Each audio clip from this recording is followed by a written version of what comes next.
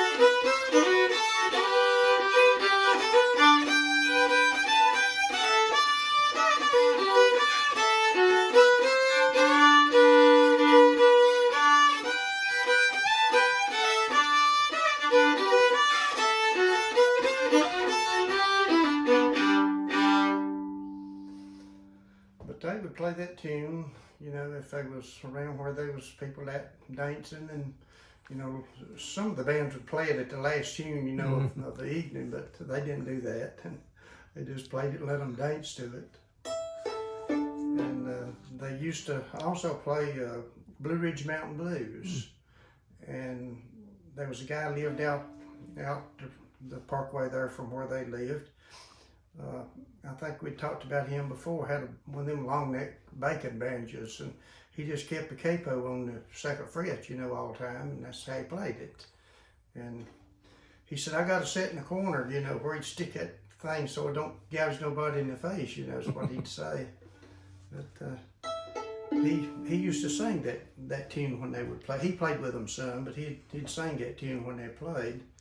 But I hadn't played none in about a month now, so see if I can even get the tune back in my head.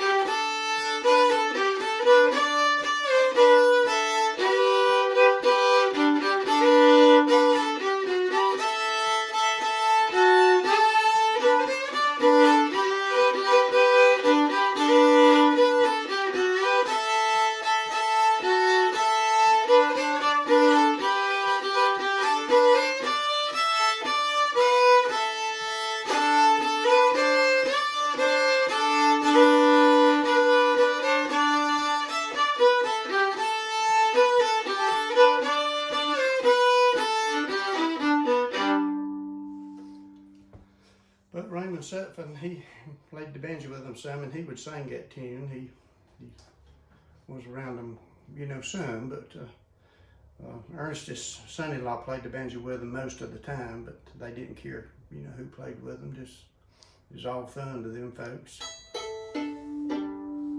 But he was just a farmer, just a dairy, you know, there's a lot of them little small dairy farms back then, and that's what he did.